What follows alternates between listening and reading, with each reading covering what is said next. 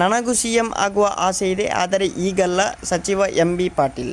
ಎಲ್ಲರಿಗೂ ಟೊಪ್ಪಿ Kannada TV YouTube ಚಾನಲ್ಗೆ ಸ್ವಾಗತ ಸುಸ್ವಾಗತ ಅಂತ ಹೇಳ್ತೀವಿ. ಶುರು ಮಾಡೋದಕ್ಕಿಂತ ಮೊದಲು ಯಾರೆಲ್ಲ ನನ್ನ ಯೂಟ್ಯೂಬ್ ಚಾನಲ್ ಮೊದಲು ನೋಡ್ತೀವಿ ಅವರೆಲ್ಲರೂ ಸಬ್ಸ್ಕ್ರೈಬ್ ಮಾಡ್ಕೊಳ್ಳಿ, ಮತ್ತೆಲ್ಲ ಪಕ್ಕದಲ್ಲಿರೋ ಬೆಲ್ ಐಕಾನ್ ಪ್ರೆಸ್ ಮಾಡಿ.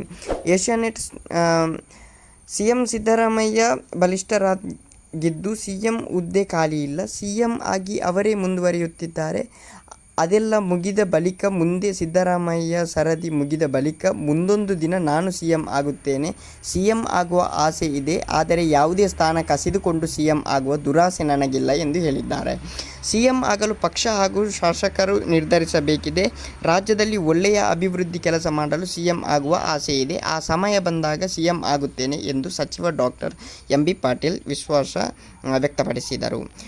ಬಬಲೇಶ್ವರ ಮತಕ್ಷೇತ್ರದ ಮಮದಾಪುರ ಗ್ರಾಮದ ರಾಷ್ಟ್ರೀಯ ಹೆದ್ದಾರಿ ಸಂಪರ್ಕಿಸುವ ಜಿಲ್ಲೆ ಮುಖ್ಯ ರಸ್ತೆ ಅಭಿವೃದ್ಧಿ ಕಾಮಗಾರಿಗಾಗಿ ಭೂಪೂಜೆ ನೆರವೇರಿಸಿ ಸುದ್ದಿಗಾರರೊಂದಿಗೆ ಅವರು ಮಾತನಾಡಿದರು.